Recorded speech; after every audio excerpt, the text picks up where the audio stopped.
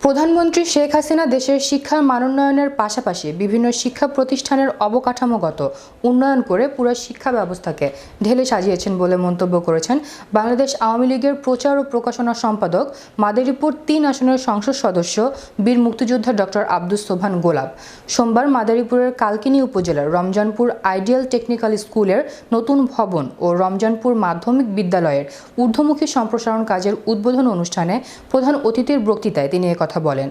এ সময় উপস্থিত ছিলেন কালকিনি উপজেলার সহকারী কর্মকর্তা ভূমিকা আইসুর রহমান, মাদারীপুর জেলা মাধ্যমিক শিক্ষা প্রকৌশলী তানভীর মাহমুদ, কালকিনি পৌর মেয়র SM হানিফ, উপজেলা আওয়ামী লীগের যুগ্ম সাধারণ সম্পাদক লোকমান সর্দার, কালকিনি থানার OC নাজমুল হাসান সহ আওয়ামী লীগ ও এর অঙ্গ সংগঠনের নেতাকর্মী এবং সংশ্লিষ্ট শিক্ষা প্রতিষ্ঠানের শিক্ষক শিক্ষার্থীবৃন্দ।